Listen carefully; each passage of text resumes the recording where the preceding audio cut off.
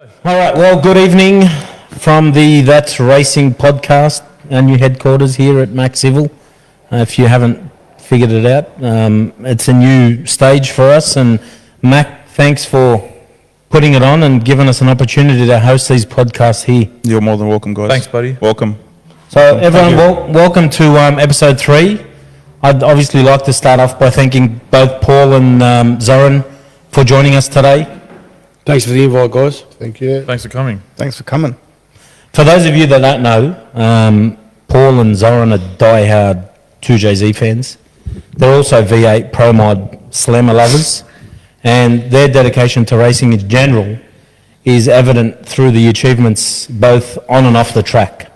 And today, or the purpose of today, is basically to delve a little deeper into their history, get a little bit of an understanding of, their beginnings, and also have an opportunity to talk about what the future goals are.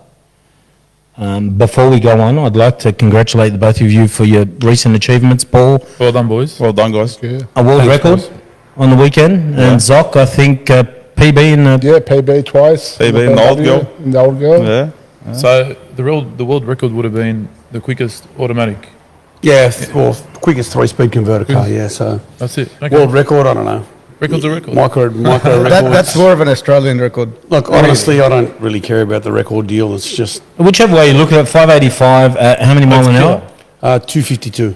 And we'll talk a little bit more about that as the night goes on. But, we've only got an hour to go through a lot of content.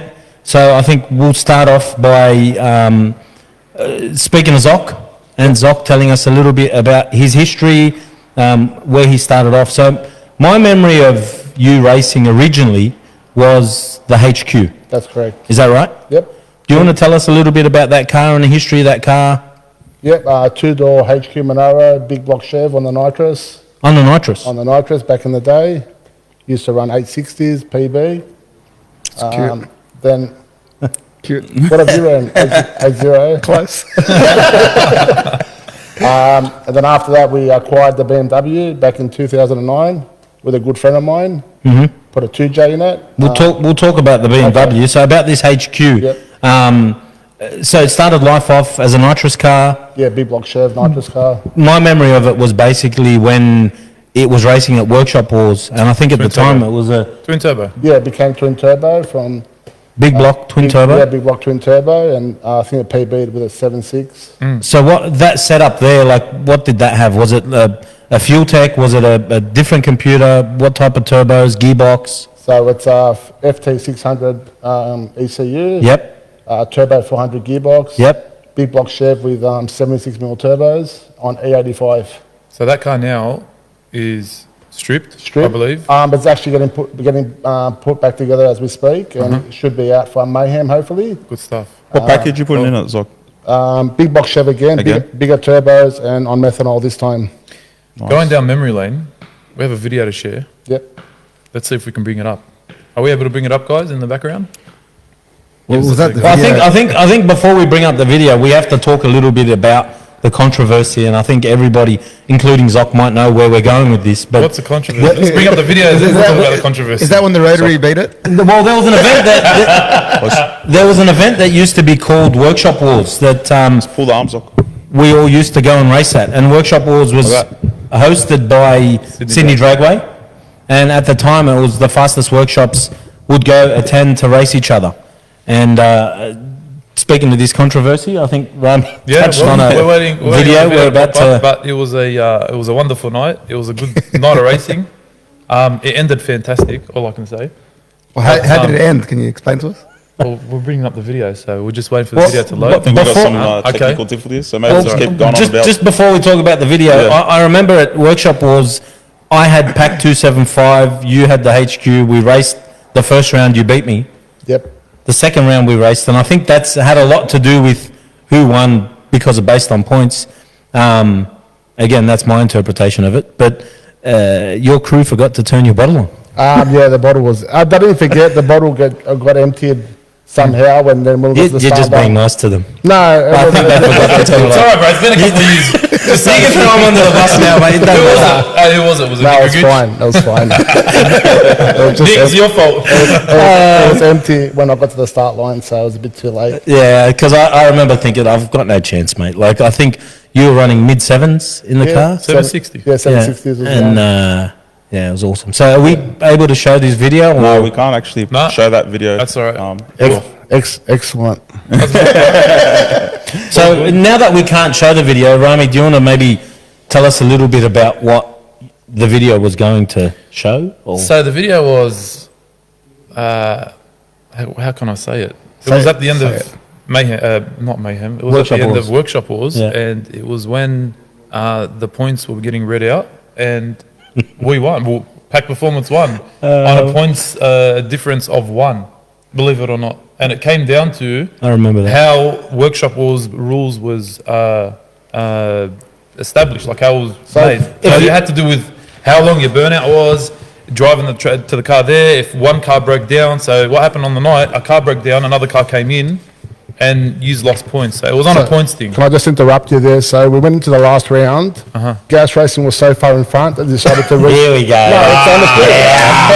Let's go. They decided to reset their points on that night. That's the honest truth. I remember that. Yes. So yes. whoever got the most points on that night won the whole thing, That's but right. we were so far in front. Yeah. Look, there's no Just- argument on it. yeah, okay. You did win the races. Yes, Yes. 100%. Well, But- well, not because we're winning, because we're there every week in, Yeah, week of out, course, racing, of course. Mick O'Curry, myself. Yeah. It was, And, you know and to be what? honest, that's Yeah. why we say there was controversy around Yes. that. Yeah. Sitting back now, yeah, like it was nice to have got the trophy and walked away with it. Yep. But you know that controversy, I think, is what ruined Yeah, the whole that series. ruined the whole series, yeah. But it was a good event, man. Like it was Definitely, good, it was good. while it lasted, and I think we all remember that, and it was Yeah. a great experience. And it's a shame that we can't. Well, the good thing is there's something coming up soon. We'll mention later. Well, we'll get into We'll that. talk about it later. 100%. Which is awesome news. So- no one knows yet. So the HQ, I don't know. He's laughing. One car. You right, Paul? He's gone Not pink. laughing. You happy? well, Paul's turn's coming up, but I'm just listening. He's gone pink. so we've got The eggplant. the BMW. Yes. Tell us a little bit about that BMW, how it fits into your racing program, because, you know, on one end of the spectrum, you've got a street car V8 big block twin turbo. Yep. Other end, you've got, and we'll talk about it, Pro Well, Mode. how about, like, what happened? Where did the snap come from, like, from HQ to go, I'm going to go to the BMW? It just came up online back in 2009, and we ended up acquiring it and 2JZ, and just started racing from there. And Did it come with a 2JZ? no, it came with the M3 motor, but it wasn't completed. And then we Was that car known or something in overseas? no, never raced. It was No. a brand new car, Okay. freshly built, and then Yeah. we took over from Because there. when it came out, like, with the 2J in it, it made quite a splash. Yeah, it was pretty cool. Yeah. What did it run when it first came out? PB at 648. Yeah. It went 229 mile an hour. Back when? We're talking 2016. 16. Like when we started going fast with it. Yeah. So you recently PB'd in the car. Yep. Do you put that recent PB down to improvement in power since the last time you were out, or is it new settings in the car? Obviously, the people around me. Has it upgraded the cars? Yeah, obviously? upgraded. Yeah. So you got Yeah. So from different from that time, you've obviously gone through a few different sort of setups. Yep, Complete setups, if you would say. Is the plan to hit a 5 or? definitely. Yeah. So there was a clutch guru here on the weekend. Yep. Tell us about him. Paul, tell him about it. Tell us about this clutch guy that I met on the Yeah, way. like what? How did you his go name? about Eric, that? Eric, So Eric Lazinski's worked for Titan for 20 years, I think, and he's builds and sells his own clutch. So obviously he's the guy that knows how it works, and you know that Lenati Racing that went 554 has got one of his clutches in it, and he worked on that car when it went that fast. Wow. So was it easy to bring him in? There you go. yeah, look, he was. Look, need a- Joe's had a very good Auto. relationship with Joe made it Titan and happen. him for a very long time. So I think Eric came out with Nero that owns Titan 2016. Jambo. Was in that when they Queensland. bought the Celica? Was that when the Celica was? I think that No, it was before before that? that. Before After that. that, sorry. They bought Yeah, the yeah, Celica yeah. before that, but Right, they came right. after that. With the Grudge Supra. Yeah, so they came out here to Jambo and Willowbank, and like I said, Joe's got a very good relationship with them. And then we decided once we put the Beamer, we were putting the Beamer back together, Zoran's like, ring him. Let's see what he wants to do. Yeah, absolutely. And when we rang him, he's like, yeah, I wouldn't mind coming for a holiday. So he calls it a holiday because obviously he's away from his environment. Yeah. Then he comes back right into his environment. Yeah, so he came back. He came out here, and look, to be honest, he's very humble man, and Nice. he doesn't think that he's smarter than anyone else, and he just gets Are his you, job done. are you going to bring him out every time you race or just that one time? 100%. Every time? Every time. Really? Yep. Wow. We'll be seeing Eric here. Yes. Jambo. Yes. He's Is that the nice. next time you're racing? Yes. Yeah, he's booked for Jambo, and then he's booked for Queensland Jambo, and Wow. he's booked for Grudge Kings. And, Oh, Mayhem.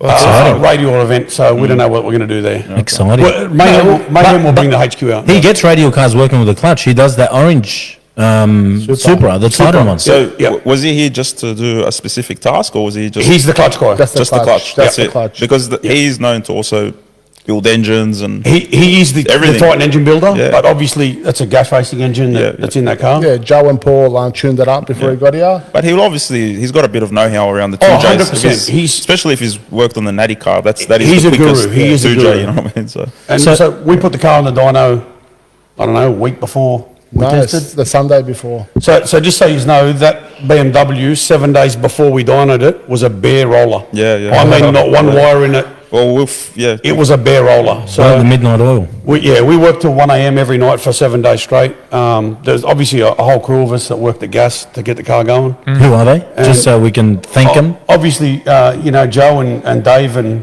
Darcy, his young boy, and me and Zoran and Mark and Michael. What about Nick and- Grigich? Steve Nick Mundy. Grigich came and drank beer. Steve Mundy. Mundy. Steve Mundy's our Pro Mod crew chief or Yeah. engine builder. Julian, the wirer. Julian from PE Wiring. Hypertune came to the party. Wow, Yeah, there's a whole bunch of guys that, Groove Rider, James Groove Rider, Groove Rider. he busted his ass to get all Yeah, the he fab done- work done. So there was a So it was a whole, quick decision. whole bunch. To bring it, well, not to bring it up, but like it was like a last minute bang. Let's get It honestly going. was. He's For like, I want to Jambo. get the beamer ready for 6 Jambo. I'm weeks like, are you before joking? Jumbo, yeah. Wow, Wow. So, that's mad. yeah, we got it going and we put on the dyno and What you know, power did it make? We're all guilty of those brain snaps. it made 27, 30 or something. Low boost, low boost. Yeah, low boost. Enough for an 8.0 again. Yeah. I think Ashraf. So then asked we him- sort of, spoke to Eric. I was messaging Eric backwards and forwards, told him how much power we made, and he basically, we finished the car. He got here, pulled the gearbox out, pulled the clutch out of it, put it on the bench, set the clutch up himself, him and Steve Bundy, put the clutch back in the car, put the gearbox back in the car, and then said, all right, let's go to And the the track good thing make is a trip. getting these guys down here actually, whoever's with them and they're learning a lot from them. 100%, And man. That's what we Zoran, need, I picked his brain like a school kid. That's- Like, yeah. I was what gonna, I'm saying. I was gonna say, like, when people like that come out here, do they think that we're sort of behind a bit, or do they sort of look at us I in don't a think different they- way, or do they think we're doing well? I don't think I think we're behind because like you see what Anthony's done and Julian's done with their 35, and everybody sort of they're on their game. Yeah. So I don't think they think we're behind, but when they get here and then they, he was next door to me with the Beamer and we were doing the Celica and whatever, and he knows nothing about converter automatics. And he says to me, we took him to Al's actually for a I laugh. saw that video online. And I said to him, "You shaking?" We walked in there and he's like, "I'm shaking."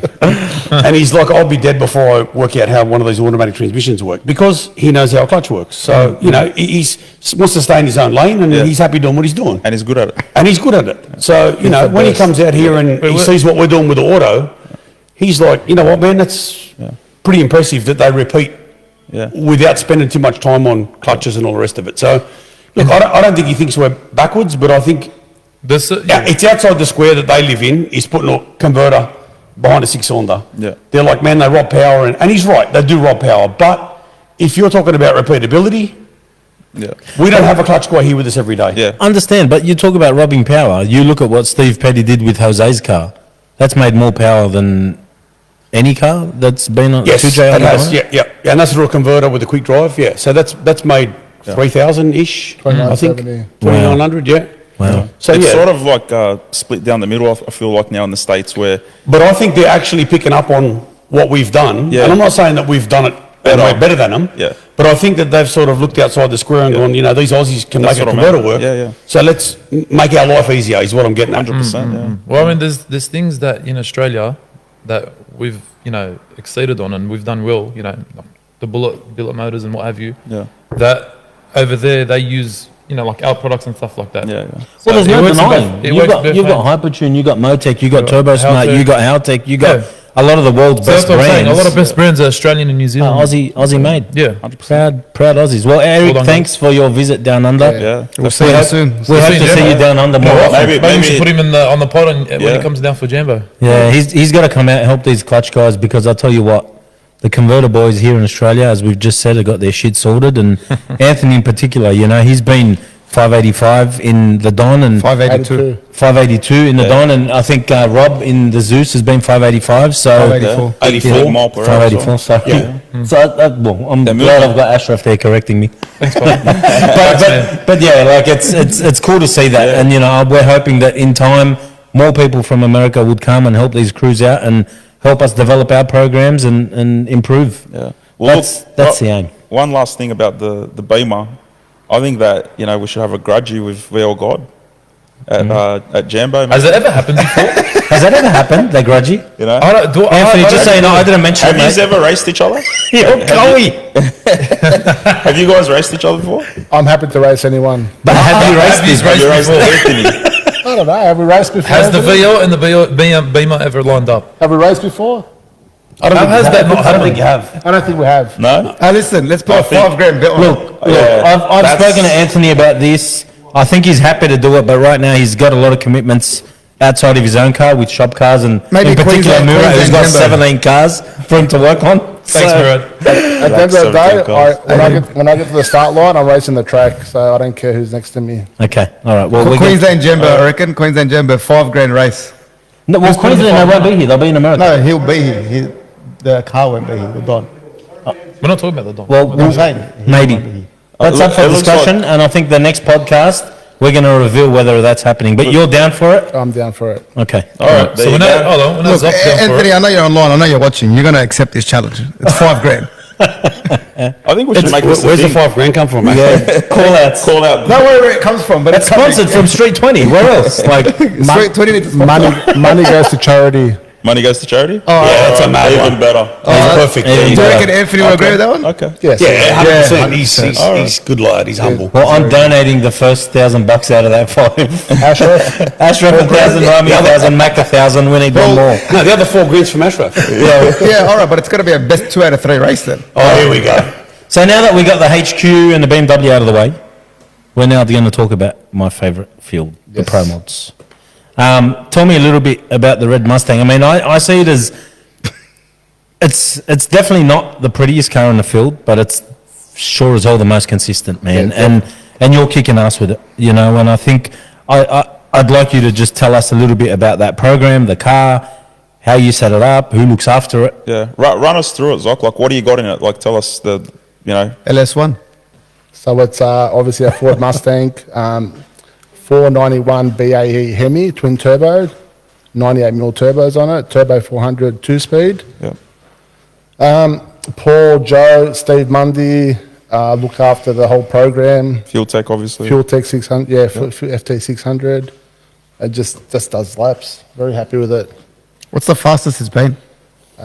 77? 76. 77? Yeah, Yeah, no, something 77. So, what do you think the secret is to that car? Because it is very consistent.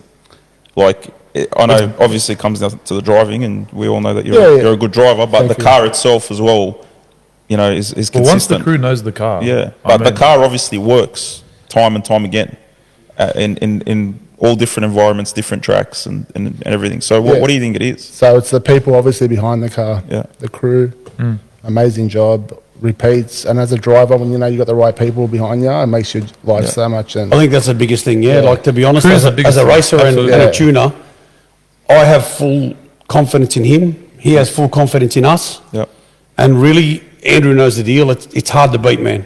When your crew gels, it's really hard to beat someone that he doesn't panic if shit goes wrong because he knows we've got his back, and vice versa. I know, and I don't have many. You know how many people I help. I don't have many people that I can send him to the start line, and I know that car's going to the finish line. And no matter what, like, he'll drive it on his roof, it'll go to the finish line. So I think that whole part of it is a really big deal when it comes to racing. And it's not about who's the fastest. It's about going rounds and winning Christmas trees, and that's really what me and him and Joe are about. Is we want to win Christmas trees. Absolutely. He's definitely done that. So it's been good. do you plan to, now that you're sort of focusing, well, I wouldn't say focusing, but now that the BMW's back out and you've told us that you're bringing Eric out at the next few events, are you planning to continue racing that Pro Mod through the NDRC series? Yeah, definitely. So the Pro Mod is first priority. Because I was hoping you'd say you'd sit aside because I'm coming. So I was hoping that was what we were going to get to. The Pro Mod's still the first priority for the race program. The Beamer's a bit more of a fun car. Yeah. But still want to get the job done. And that's the thing, like when you say a race program, you have to have your shit dialed in, Yes. you have to have the right crew to be able to go out and do that 585 index Yes. racing. Because as we've just pointed out, it's not the fastest car that's going to win. It's going to be the most consistent and the one that knows the car better than anyone else That's correct. for it to get to the finish line. Yeah, of course. So touching on that and speaking of the NDRC, I think what they're doing in terms of promoting and helping the sport grow, it's fantastic.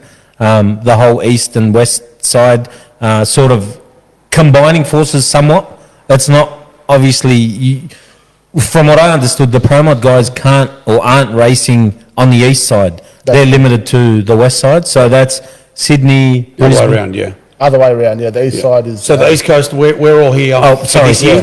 we're on the east. But, Yes. but you never know what's going to happen next year. Like if they have a West Coast round or a Darwin round, Yeah. So you pack the transporter or trailer and just head up that way. at the end of the day, man, we're here to win a championship. So Yeah. And you did a lot of that back in the day with the with the slam, with mate, the yeah. slam, Oh, yeah. If you're chasing a championship, man, you can't afford to miss one round. yeah. Well, I think, is there anything else we need to ask Zoran about his cars, his history? No? Is there any particular person you'd like to thank, parts, sponsors that you can get on? just everyone that's on board with me and the crew, and everyone does their job, and yeah, it's very cool. Is there anyone that you would like to have a grudge with? Like, is there anyone that you've always wanted to race? And To be honest, every time I go to that start line, I just want to race the lights and the track. I'm not concerned who's in the other lane, to be honest. How bad is it when you cut a bad light? Do you like kick yourself? I've been pretty good. You have been Yeah, good, yeah. admittedly. Unlike my mate Andrew, who's cut about 45 Red red light lights. bandit. The red light bandit, we call him. You got to be in it to win it. He owes us about $5,000 in bets. He owns his crew $5,000. I'm telling you now, Zoc, you Let's hear it. bring your A game, mate. No It's problem. on. You reckon? Next year, grudging you and I, you're over, mate. I'll see you there. Nah, it's all good. So My money's on you, cuz. thanks, Asher. You've got his back, haven't you? All right, so Moving along. moving along, Paul, the man of the hour. Some people call you a has-been. Some people call you a champion. I mean, what would you refer to yourself as? I'm a has-been. 100% I'm a I has-been. knew that was going I'm to a be the panel answer. beater. Were you the fastest man in the world at a stage? I was the fastest panel beater in the world, yeah. No, we were the fastest door car in the world at one stage, yeah. What did you run? 557, 274 in St. Louis. And there you go. That's from Australia. when was that? But that's in Australia. 2016. Where's St. Louis? We'll get to that. America. We'll get to They that. went to America. But look, before we go on, are we able to show footage now? Is that working? Yeah. I'd like to just play a quick clip of that in-car footage. I know it's going to be very fast, and there's going to be very little to talk about. But could you talk to us about Talk us through it, Paul. Like, Oh, is it the... your the 585? the No, inboard. no, on board of the 585, the In recent. Stalika Yeah. over the weekend. Look, to be honest, I was sort of... Here we go. Okay. What were you thinking? Like, what was the feeling? You haven't been in the seat. What am I doing back here again? You didn't look very happy to be there, to be honest. Look, I'm never happy when I'm at the racetrack, but at the end of the day, it's it's a job, and we've got to get the job done. So, I haven't driven a six-cylinder of that caliber before, so the whole burnout procedure is different compared to driving a blower car, because that's what I got out of. Yep. So, you got to get your head around that, and how many RPM, and all the rest of the stuff that you got to do, when you're doing that. Do you think you nailed it? I think I got there in the end. I don't know if I nailed it, but I got there in the end. How are you feeling at this point, Paul? You've done Like, good. I'll be going honest for with you? you. I'll be honest with you, Murad. It's sort of. I was nervous to get back in the car again because I didn't want to drive. Yeah. But once you do your first burnout and you let the button go, it sort of all comes back to, and you think, Yeah. you know what, you're doubting yourself for no reason. So, Yeah. the run before that, I think it was, the car shook. I pedalled it. It must have locked the converter when I pedalled it. It picked the front wheels up and it carried them to half. And I got back, and these guys are all like, you're off your head. And for me, it didn't feel like I did anything wrong. It just felt normal. So, you know, the next run we tamed it down a little to try and stop the tyre shake. And then, you know, So- the whole start line procedure for me is extremely important because whether I'm testing or I'm racing, I try and do the same thing every time so that, of course. you know, because I'm looking at the computer and I'm driving, I want to sort of give myself the best chance to get the best data I can when I go back. And I've said this to Andrew 100 times. If you keep doing the same thing, I can give you results the next one. And same as Zoran. So that's the biggest thing, I guess, is to you know, put the car in stage the same every time. Yeah. So if you have a look at this, it's over before you can even think. Like, it's insane. Like, like, when did you know that it was? How far into it did you? Did you realise it was a fast Yeah. pass towards the No, finish line? look, the only reason I knew it was faster than the run before is because the shift light come on the dash at 1,000 foot. So, you know, the faster the car is, the earlier the shift light's going to come on. But So- see, from memory, the previous PB for the Celica, which is an old car, it's not a new car by any means.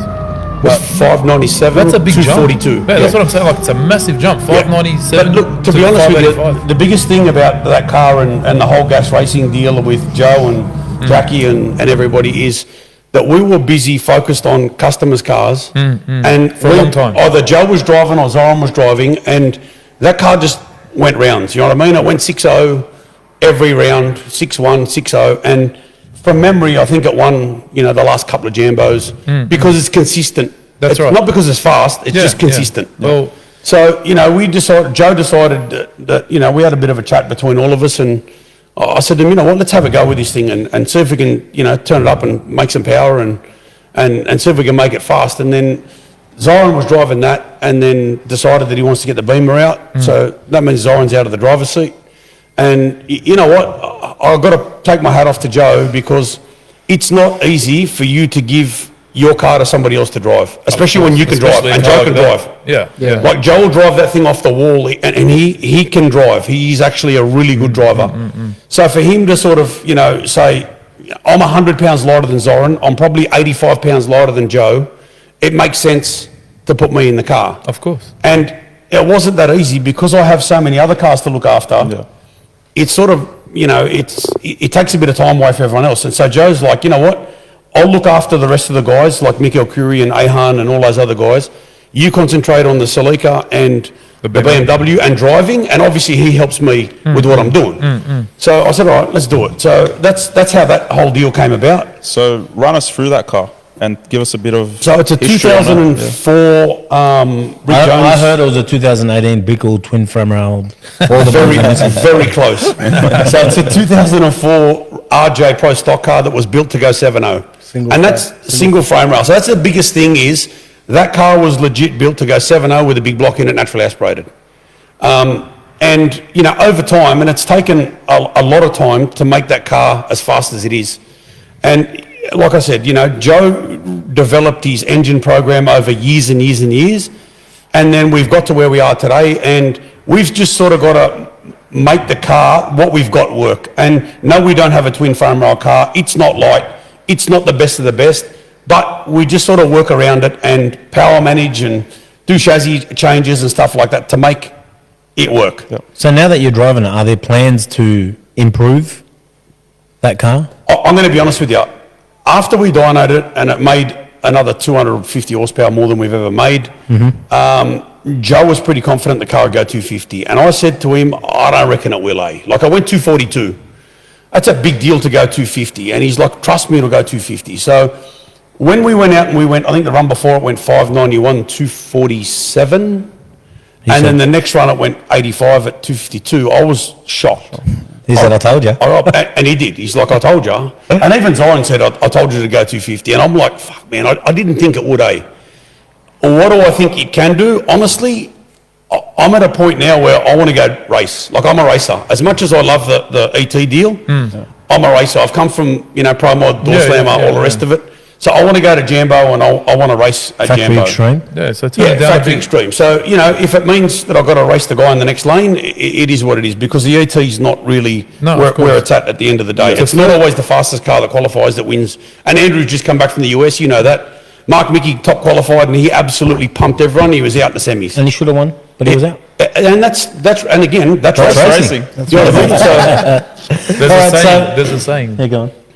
To finish first, you must first finish. That's true. So you have What to a have, saying. you have to have the. On your own. Yeah, thanks, bud. On your own. Ask me who taught me So that. where did it start for you? Like, where I did know it we- start Didn't you for have me? the So- GDR? You started off with a GDR? Nah, way before that. So I was probably 17. My dad had a V8 Capri. It was the first V8 Capri in Australia. So I went and raced that at Eastern Creek across the road at the old track. And that car went 11.3, 121. And that's where it sort of started. And it was a proper street car, 351 Cleveland Capri, naturally aspirated thing. Then Michael Moyt, my dad's cousin, had the WOG 007. And then he was sort of over driving. He goes, "You want to drive that?" I said, "All right." So I started driving that. And then we ended up at the old track across the road with NASA Matter in a white small block Solar Hercules Capri. And Friday night, I'm not joking, 10,000 people would turn up. And I'm not joking, 10,000 people would turn up to watch us race, you know, run after run after run. So that's really where it all started. I ended up doing a big wheel stand in that car and bent the car, and Michael sort of Thanks packed for it up coming. for a while. Yeah, and we stopped racing for, like, I don't know, 10 years. And then Facebook come about, and then people started talking on Facebook, and And then the dragway opened up. then the dragway opened up. And to be honest, I think Frank Mamone, who's a good mate of mine, said something like, "It's not like it used to be. Like now, in other words, you can't just drive your street to the track and go fast. No. These guys now are going really fast." Yeah, it's So on another level now. Michael Moitchock rang me and he's like, "You want to go racing again?" I'm like, "Yeah, let's go." He's like, "All right, find a car." So I found a car in the US, which was the 10.5 car, which is the orange car. Again, that's a skinny kid, single frame rail, not meant to run fives. And that's when you went on Facebook and you were a bit cheeky then, I remember. Yes, 100%. And to be honest, I was. And Which car was this? Which The car? orange Mustang, the 10.5. The 10.5 No, car. let's take a backward step. Oh, sorry, we forgot the You GDR. forgot that. Yeah, I don't know where the Come on, GDR Ash, came come on. This is a GDR king here, mate. He's asking We you. forgot the GDR. So, yeah, after we'd finished racing the Cortina, I was probably 25, 26, and I built a R32 GDR, and I broke, I don't know, Everything. 25 gearboxes, I reckon, manuals. I bought a brand new Trust 6-speed, broke it in half first hit, and I was over it. So I said, you know what, I'm going to put a power glide in this thing. And everyone's like, you got rocks in your head. You can't put an automatic in a GDR. I said, okay, I'll show you. So I ended up putting a power glide four-wheel drive in a GDR, and the gearbox was on a 45-degree angle, and had to make the sump square at the bottom so the pickup worked. And then we went out, and I think we went 840. I can't remember what mile an hour it was. That YouTube video still pumps everywhere. Oh, the Trans full Road burn out one? on the street? Yeah. That was mad. So that was, back then, that was the fastest radial tie GDR in the world. So what did that run? Like, did that have 8.4, Nitto 8.4. stroker kids? Did No, that that was have RB30, 3 litre, 26 head. So where was Mutuk around? It was, Mutuk around no, this he was around. Matuk had Khan's car? Khan's car, yes. Yeah. And that was, like, we were having good fun rivalry back then, racing each other. And actually, Jun back then, Rob Margin's 32 was as fast. So back then, like 840s, 830s was it, was where it was at. See? Now What's wrong with 630s. I sold the car Who did you sell it to Matuk. He just said he went 8-0. Okay, no problem. He went 8-0. He did. In Tuka, he went 8 He did. So I ended up selling the car to John Aposti from Canberra. He bought the car out a couple of times. Dipped into the sevens. Yep. Yeah. And that was sort of it for me with the whole GDR deal. It's too hard, man. The Why, whole why, four-wheel why drive did you thing. give up on the GDR? Because the whole you speak Because he to bought a 10.5 Mustang. you speak to Anthony And it's more Matuk or fun. Rob Margin and talk to him about four-wheel drives, man. It's not fun. It's actually not fun. And I'll be honest. I said to Anthony and Rob before they bought Pro Mods, you will drive a Pro Mod all day, every day like a lounge chair, because that GDR tries to kill you every time you get in it. Yeah. They're really hard cars to drive. Don't I What's it know called? about that? The Mac knows about that very well. 12 steer and this and that. Like Yeah. you got freaking over 1,500. So, 2,000. so from the GDR, you went on to the Orange Mustang. Is that where the relationship between you, Fuel Tech, Proline sort of developed? Yeah, 100%. So it had a cast aluminium AJ block in it. We broke that in no time. So Eric actually came out here to Australia at Willowbank, and I met him there, and Was he there to meet you or just here to No, he was business he was dealings just here. in general? Yeah, business dealings in general. So he came out. I asked him how much a billet 481X was, and we made a deal. And I bought Moitz bought a 481X billet deal, and I guess back then the Pro Street APSA Yes. was huge. Yeah. Yeah. And 10.5 was like the pinnacle of drag racing at the time. We'd rock up and there'd be 16, 18, 10.5 cars turn up to a race. Yeah, I remember those days. So, and look, my whole deal back then was that we wanted to be the fastest 10.5 car in the world. And again, it depends on what your team and what your crew want to do as to where you go with your race program. God rest his soul, Sam Fennick was there to win a championship. And then we had Gareth and Michelle Davies in the Tirana. Like, between the three of us, we had the best time ever racing. Hey. Like, we actually had good fun. It was. And then when you went home and then jumped on Facebook, that was a good time as well. And then we get... It was wild. Yeah, I remember. it It was was like us in the early days. Big, big shit talking. Yeah, bro. It was This guy used to come on. So you're Who one of wants to those come and people. race? Blah, blah, blah, blah. He used to Yeah, just and me carry on. and It was Frank funny. Ramone would be texting each other, G'ing each other up on Facebook. Yeah. You'd rock up on a Friday night at an APSA test day, and there'd be 5,000 people around Frank's pits. Like, it'd be like 50 people deep. It was crazy. Yeah. So back then was like really good fun. We had a good time racing, and we went 5-9. I think we went 6:03, 5 runs in a row. And I got on the radio. I said to Con, if we run another 6-0, I promise you, I'm driving the car straight into the gravel. I'm over it. Like we were trying to run a 5 for run on run on run. And 5 would make it the fastest in the world at the time? No. I think Brad Brand had gone 5.94 Okay. back then. So we went 5.99. It was the first 5-second 10.5 car in Australia. And then we kept chipping at it. And then we bought Petty out here. So then we built, Chock said to me, let's build a brand new Pro Mod.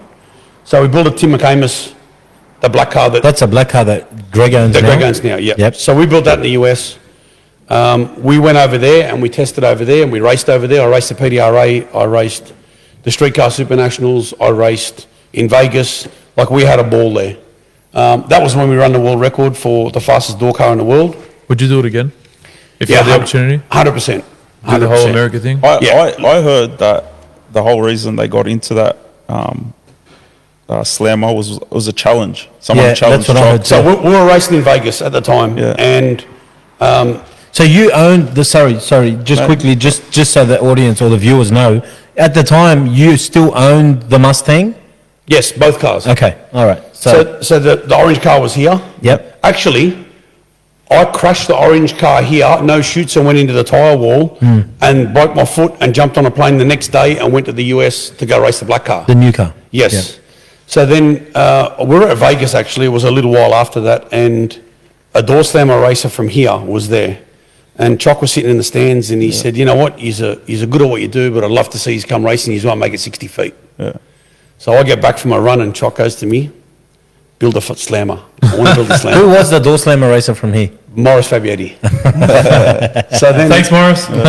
so then, Look what you created. that whole thing started, and because of the relationship with Proline, we went to Bickles this time. We had a McCamus car. We wanted to try what a Bickle car was like.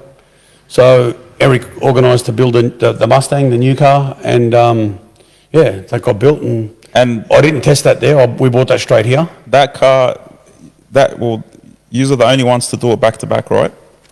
No, it's been so. Since or before? Because Before that, you need to remember that the King, John Zappi, had been 11 years in a row. Yeah, okay. So he hadn't been beaten for 11 years. And to be honest, I don't think there was a lot of crews out there that had the confidence to beat him. And as a new crew to door slammer, we had no idea what we were going to do. Was it intimidating? I'll tell you why it wasn't intimidating, because I think that we had the best people around us. Again, same as what Zoran said. If you've got a good crew around you, I think it makes life a little bit easier for you as a driver and a crew chief and a team principal, that, you got confidence in the guys around you. So we said to Eric, I met Billy Stockland at Lights Out, and we kicked it off pretty well, took him out, get him on the piss. And All in the piss. yep. So PP. I said to Eric, I'd love to have Billy Stockland, and I knew that Billy Stockland was already tied up with a few teams. And it just so happened that the dude that he was working with packed it up, And I found out, and I said to Eric, ring him. So Eric rang Billy, and Billy's like, you know what? I'd like to go to Australia. These guys are cool. So he came out and mentored me about a blower car. I knew nothing about him. And that was how the whole door slammer thing started. And then you won 2 championships. Yeah, so the first year he was with us, we won the first championship. And the second year he's like, man, I can't commit to this because it's hard on my family and all the rest of it. And he's got a business, he's got a trucking business as well in the construction, same as you. And he's like, he was good enough though that he knew that I wanted to learn. And I sat next to him and I was a sponge for a year. Like I just looked at what he did and I sort of learnt off him. So he mentored me enough that I could run the car on my own the next year. So that's what happened. I ran the car, I tuned the car and drove the car. And obviously, as I said in every speech that, you know, after we won or made a good hit, that, you know, this is for the crew because, you know, my crew killed themselves. Door slammer racing's on a whole nother level, man. Yeah, So who was that crew? So Glenn from Moitz, Bill, Costa, we had Con and Vic from CMV, Daniel Moit, obviously, my brother David, and Peter Srao, and whoever else I've forgotten. But those guys sort of made my life easy. Yep. If they got their stuff done, it wouldn't take anything away from me doing my job. And I used to say this all the time. It doesn't matter whether it's the guy selling T-shirts or it's the guy that's servicing the engine. Everybody's as important as the next bloke because if the guy selling T-shirts is not there, well, somebody's got to do his job. And it takes one of the crew away from the car. So, absolutely. look, we had a good crew and we got shit done and we won another championship. Can I ask you something about that car? Was your only job on that car to drive? Or did you... Tune and drive. You were tuning it and driving it? In the second year, yes. Yeah. So the first year it was learning how to tune Yep. a blower car and driving. And then the second year it was tuning and driving. Is that where your tuning experience came from? Or were you doing that before? I never got involved in the tuning part of it before because Con was doing it. And, No, in general. and I had... Well, Steve Petty was like really, you know, the guy that tuned our stuff for us in the US. Yeah. And again, I sat next to him and I sort of milked him for everything I could because he's so good at what he does. So that's probably where my tuning experience came from. And then, you know, from there I went to Slammer, and then from there, you know, Joe gave me the opportunity to come on board with the whole 6-cylinder deal, and I was helping them out a little bit. And look, Joe's old school Italian. He's hard-headed and he's got his set in his own ways. But after I gained his trust, sort of a thing, he sort of let me do more of what I wanted and think outside the square of a tuner because I know a little bit about chassis as well. So once you get all of that stuff together, it makes, you know, life easy and everybody gels together and everybody starts trusting each other, and that's sort of how a team's formed. Yeah. Like anything, really. It's like a team. Yeah. So the next question, you built this badass, beautiful Supra. Yeah. Why did you sell it? Like, Why didn't you offer it to Ashraf first? I did. why? Afresh wanted to give me $3.50 for it. Like, I'll give you 100 grand. I don't know why you'd build something so beautiful and sell it. Can you please That was explain? gorgeous. First of all, Without If telling someone me. didn't like Supras, that would have made someone like a Supra. I hate Okay, Supra. so You know that was me. good. So the whole deal with that car was I was going to build that car as a 1,000 horsepower streeter. That works to very flash well. around. Yep. So I bought the car, and then Nick Grudge goes to me, I guarantee you before this car runs, it's going to have a billet block in it. I go, no chance. He was right. So I ended up selling everything that it came with. I bought it off a fifth. I sold... I've got your engine. Yeah, you did. So I sold everything it came with, built a gas billet engine, put a M&M Turbo 400 lock-up in it, and I sort of got blown out and went out of control. So we finished it. Hypertune, young Anthony from Hypertune did all the fab work. It was ridiculous, titanium everywhere. Bro, it was He does gorgeous. sick work, yeah. Yeah. So we put on the dyno at gas, and me and Joe mucked around with it, and it made 2470 or something, 2570. And then took it to Mayhem. I wanted to finish it for Mayhem, like I was thrashing to get it finished for Mayhem because, you know, me and Andrew got a pretty good relationship, and I wanted to debut the car there. Rocked up, and why did I sell the car? I'll be honest. I had Andrew's car there, Mikkel Crewy's car, Johnny, Ahans. Ahans, and then my Supra. And I don't have enough time to look after 4 guys that are my customers and my own car. And I sort of cracked it in the end. And it wasn't because anybody was upset. It was because I was upset that I wasn't giving them the time they deserve. I put the car on a trailer, sent it back to... I made one hit. Put it on the trailer, sent it back to Joe's. And then actually that day, George Jezewski his son, Jaden, was hanging around. He's like, this car's insane. His dad came and George came and we had a chat and George was like, is it for sale? I said, not really. And then he rang me the following week and made me an offer and like I sold it to him. And at the end of the day, I don't regret selling it to him because he's a racer and he has the same goals with the car as I did. And that was sort of part of the deal. This is what I want to do and this is where I want to go with it. And he's like, I'm on board 100% with you. So will you be driving that car? Oh, him all right. Like, honestly, that doesn't bother me whatsoever. He's leaving the car with us with gas and we're going to go race that car and do what we set out to do with it. Oh, that's good then. That's, Yeah, so it's still around. Yeah, it's going to come back out. You never thought about consulting me or about letting it go? Do you want to buy it? You're a liar because I rang you the morning that I was going to sell it and I said to you, what do you reckon it's worth? So What did he that's say? a big story. What did he say? 100. What did he say? What was the right figure that he said? It had to be in the hundreds. It wasn't- Let's not talk about no stories because you're a You big go over 100 or storyteller. 100. I offered him 400 grand, he still didn't sell it. You're a liar. Far out. No, me and that's- Supras don't work well. That's why I sold the car and, you know, at the end of the day, we can still do what we want with it. Well, that's the main thing. Like, Fair it's enough. good. Well, hopefully, we'll see that mayhem. That's Yeah, look, and this is why we didn't want to race it at Jambo because it's not a radial track, and the same reason, you know, Asaf doesn't race bipolar at Jambo. It's, Yeah, yeah. Yeah, it's he's not- trying to go, you know, 630s. Yeah, yeah. And it's difficult to do it on a non-full radial prep track. Absolutely. Yeah. In respect to Jambo, when they brought out the 275 class, It's a killer class. it's a mad class. However, it's evolved from when they first brought it out. and Back again, then, it was like 8 seconds, 8 second cars, yeah. yeah, but even now, you get Poe in his car or Ahan or you get one of those cars that go consistent 690s Yeah. and you can win J275. Yeah, absolutely. You got to have these cars, but obviously they're sort of a little bit But turned they down. have there have been cars that have gone fast that Jambo on a radial. 100%. Yeah. Like Joe's car, Profab's gone Yeah. 585. Yeah, no, 100%. Yes. At Jambo. There's no doubt. Yep. No doubt. It can be done, but yeah, It's hard. obviously. It's a bit And look, harder at the end of the day, without Jambo, and you know, George has got his own, you know, 6-cylinder deal going on with his VL and whatever else he's doing, so he needs to concentrate on that. I need to concentrate on all the gas cars, and now that I'm driving, I've got that drama. So I don't think it's smart that we bring a brand new car out at Jambo Yeah.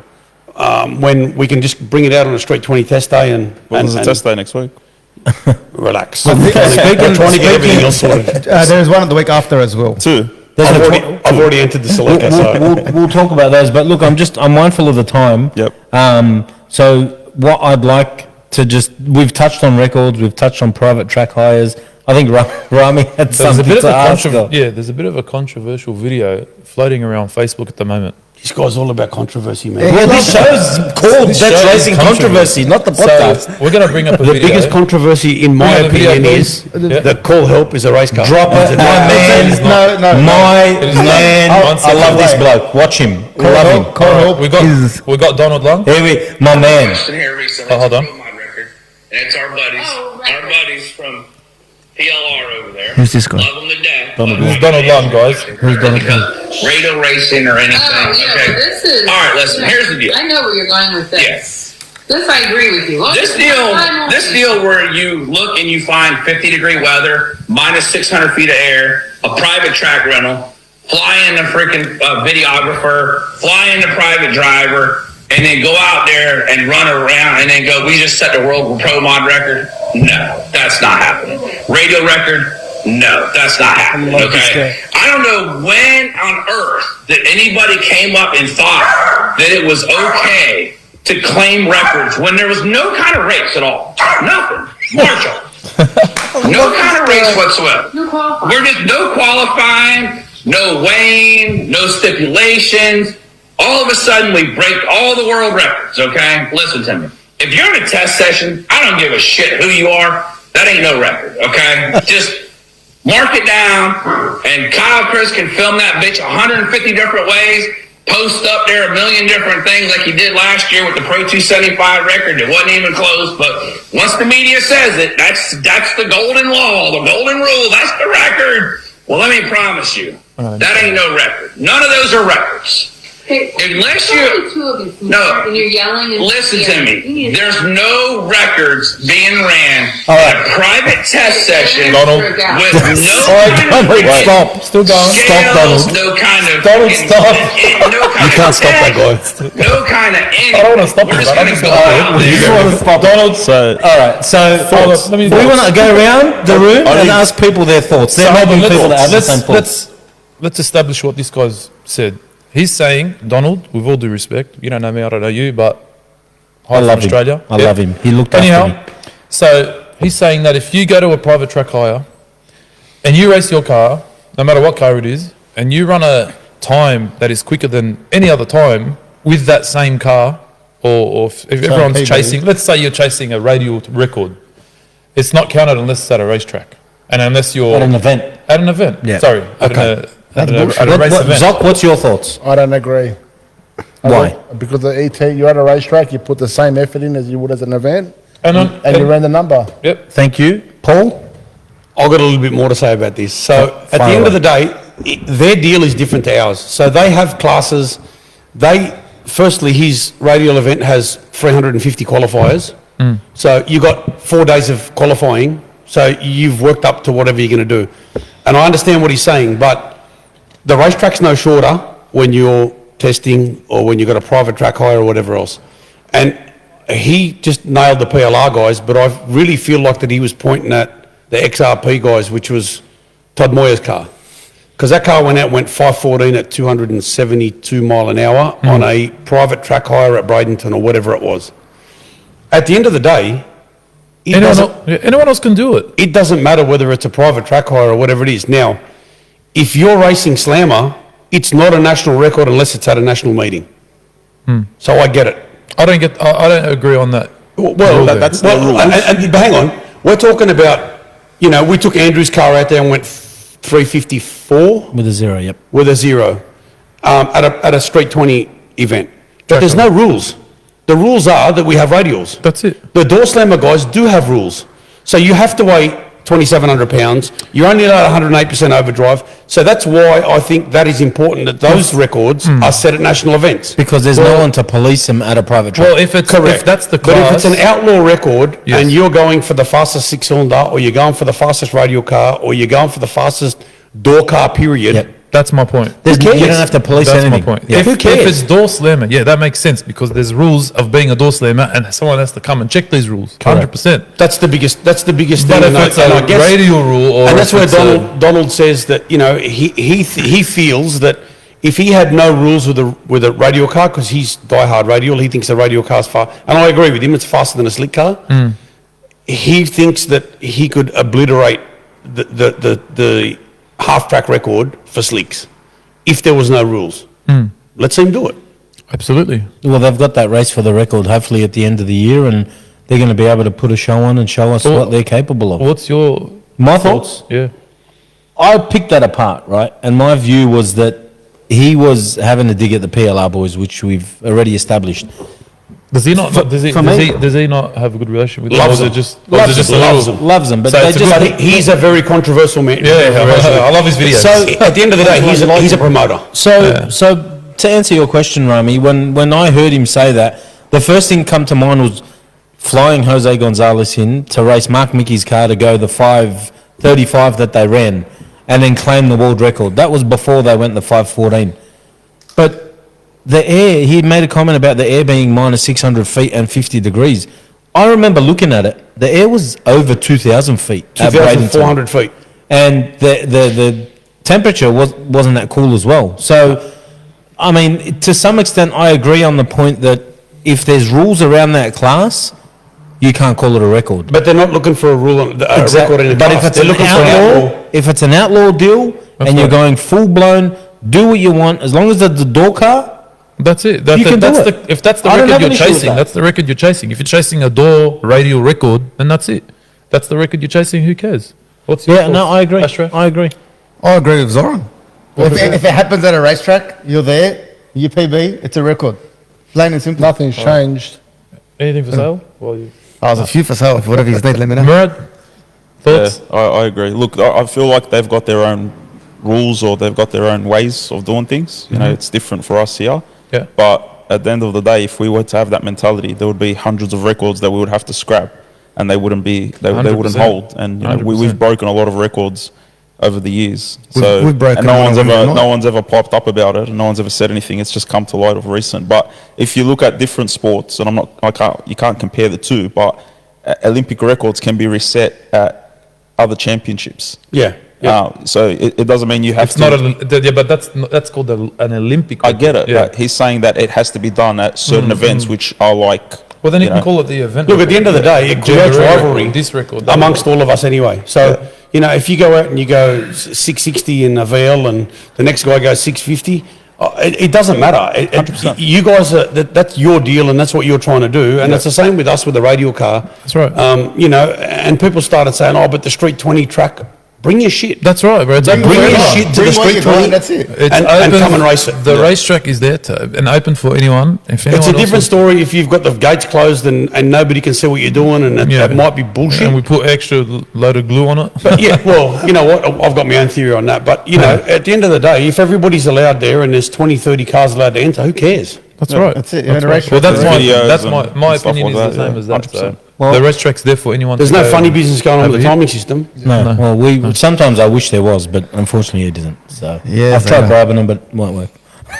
So I think, look, we've wrapped up the hour. We've got a couple of things to talk about to wrap it up. But before we get into that, I'd like to thank you both for coming on. Thank you, guys. It's been an Appreciate it. absolute Thank you very much. pleasure. Thank you for having us. Obviously, thank you for giving us that insight into your history and what the plans are. And we wish you nothing but the best of luck. So hold on, Thank you hold on. very much. Zoran, you're going into Pro Street. Just making sure. Yes. You're going to make sure the Oh, RV no, guys. that's some methanol, but we just That's Pro Street. Yeah, Pro Street. So Pro that's- Street, and we've got some What happened? I exciting thought you were news. Chris Street. We've got some exciting Pro news. Street. So you're both in the drag car scene. Shut your mouth. Shut your guts. I want to go fast. So we've got something exciting. We've been talking to the track over the last few days, and it's something that we're going to release in the next, wait. I'd say, the next podcast. We're not going to mention it now. Well, I mean, I think we can mention the fact that it's got to do with the Street 20 and the lists and being able to go to the racetrack.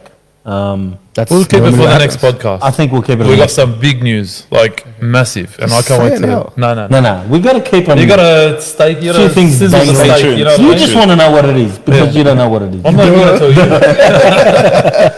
But next podcast, guys, stay tuned. We've got some massive. We'll have it confirmed. We'll have it confirmed. Someone's asked to ask Paul Moy, how many shoes did you buy in the US? What's the story about these shoes? Oh, God. What happened there? I had a bit of a shoe problem. Like a fetish?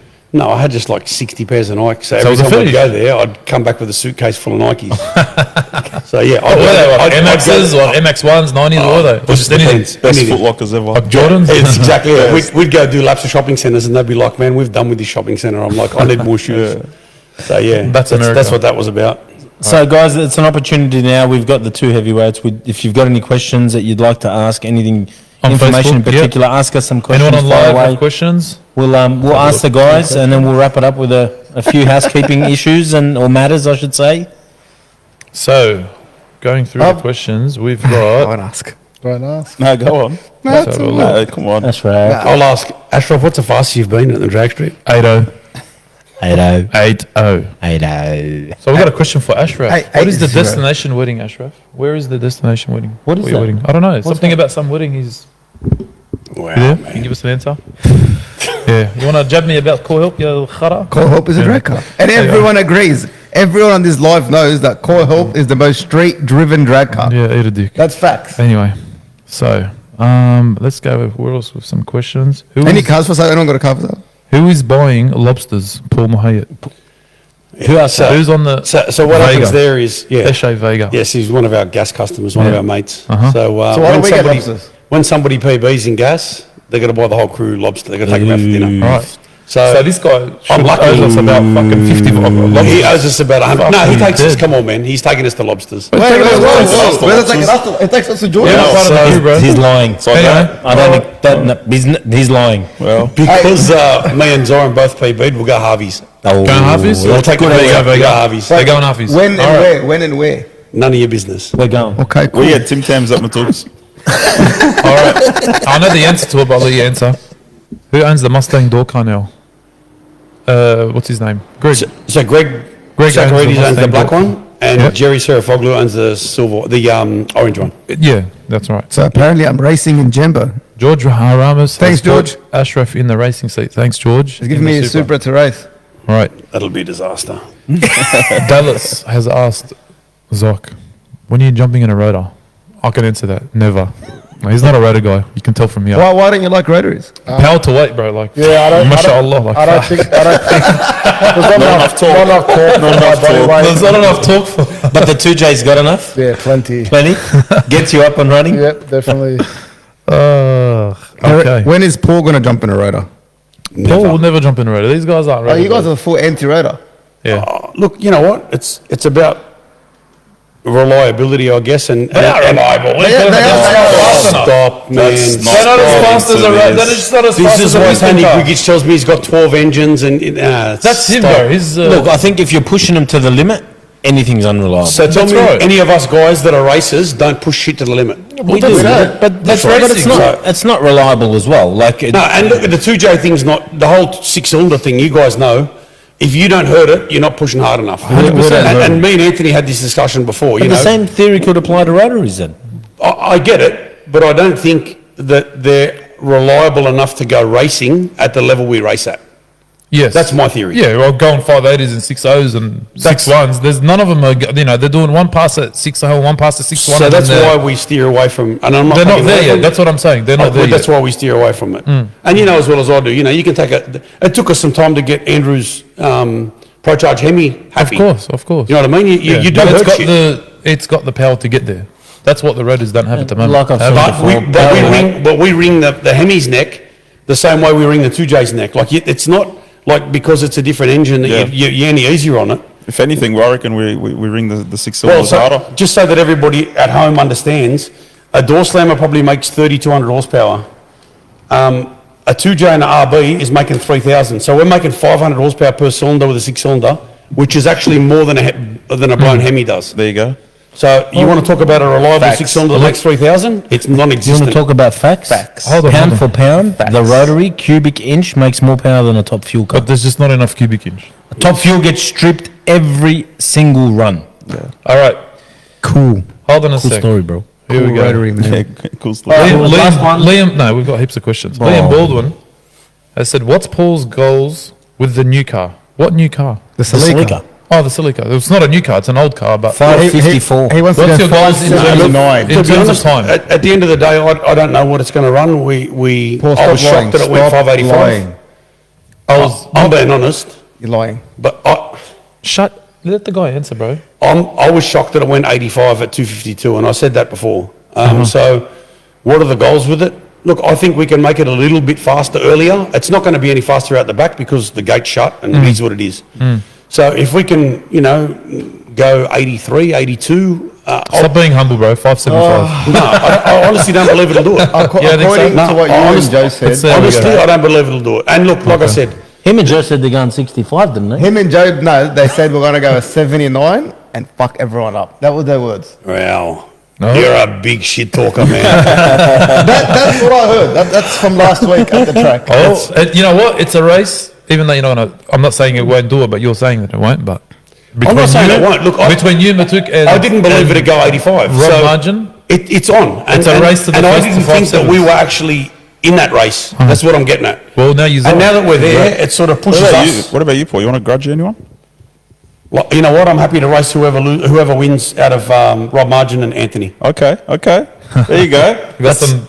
So that's our trademark. Everyone that comes on, they're getting a grudge. We've established that. So we got two happening. We got Zoc in the Beamer. Are we and, putting money on this one and too? Verge. All right, let's go next question. And we've got Paul and the winner out of Zoran, Zeus and Don. Zeus and Don. There you go. George Curry has asked So we got money on that? We better write these down. how he went on the Whatever we weekend. can make. Whatever we can make? Wait, Yeah, Whatever How that we means. went? Yeah. David Moy Tell said, them we went amazing. He said he went amazing. David Moy's Amazing. asking where is his 6-speed gearbox?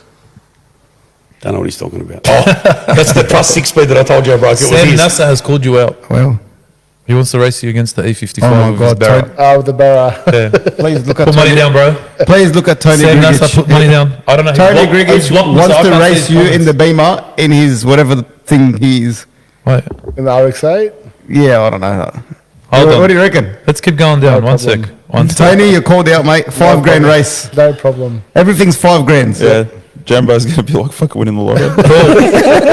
I'll put it. Had the opportunity. Would you race Pro Mod again? Pro mod? Tremor.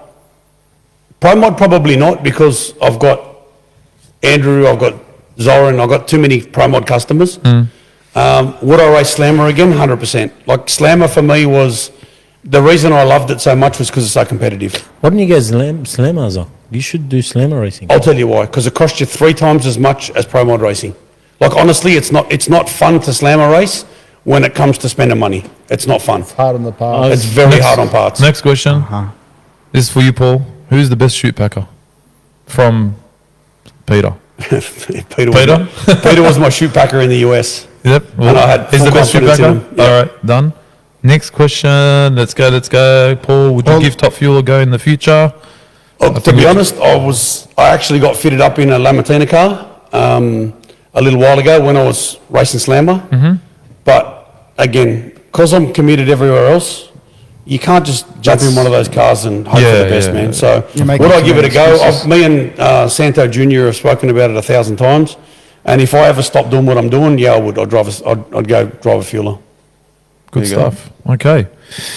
So I think that's it for questions at this stage. All right, guys. Well, thank you very much. We obviously like to thank you all for tuning in. Before you shut it, can we just mention that Street 20, the Super Club crew, which is me, Ashraf, and Zeta, and Faf will be at Good Friday on April 28th, is it? Good Friday 29th. burnouts. Good Friday burnouts. Whereabouts If you guys is that? want to, that's going to be at Eastern Creek. A lot of burnouts. There's a lot of burnouts. Merch. We're going to bring the VL. If you guys don't know yet, or you've obviously seen that, we've got the VL up for Giveaway. a giveaway. The way you enter is you buy some merch. If you guys would like to come check out the VL, we'll be at Good Friday with the VL. And merch. With merch as well. When's that drawn? When's that? We're going to draw it at Mayhem. And also what we're going to do, June. what we're going to do as well, we're going to bring it out probably next week, is you can buy tickets for Mayhem, right? It's called the Super Club ticket, which you buy tickets for Mayhem, you get a lanyard, and you get an entry into the draw. So, And we're drawing it that day. and we're drawing it at Mayhem. At the event that so you you come. could drive home with In a the VL VL. from Mayhem. How mad is that? And I think we've already established that $40 is going to get you a lanyard. Yes. Going to get you a general admission ticket and an entry into the VL. For $40. $40. And you could win a $100,000 VL. Yes. So, guys, get behind us, support us. Obviously, we speak about it all the time about supporting promoters to put on these events and continue them to happen and grow. So, get behind us, support the cause. And again, we'd like to thank you all for the opportunity. And Thank you, guys. And And yeah, we'll catch you on the next podcast. Can I just also want to Yeah. thank some of my sponsors, Yeah. PRP, Billet Blocks, We should get them on the cast and Haltech. Thank Yeah. you for the support. We should get Mitch from Haltech. Definitely. We We- should get They Mitch. all want to come. Yeah. well, we want Herman, I think, here. Herman's going to come on, yeah. in his and, pink shorts. Darren will come on Depends as well what day from it is. Bullet. Every day's a new colour. Did you guys know Murad bought pink shorts as well? Well, no, but from so here's the PRP deal. or not? When PRP's here in his Yeah. blue shorts, We you're wearing all- the pink ones. Hold on. We all wear our colourful shorts. Done. And our colourful I don't shoes. have any. I'll buy you some. So hook it Ask up. your husband. So guys, stay tuned. Next podcast, there's going to be some massive news that From we're going to Street. drop. I'm telling you, we're going to finish off the night, and Ashraf's going to be hounding us about what it is, but we're not going to tell him. And we'll So- drop who will be on the next podcast Very soon. in the next week. Within the week. All right, All right, guys, thank you very much. Love you. See you later. Good job. Thank you. Thanks, guys. Thank you. Thanks, guys. Thanks, boys. That was awesome.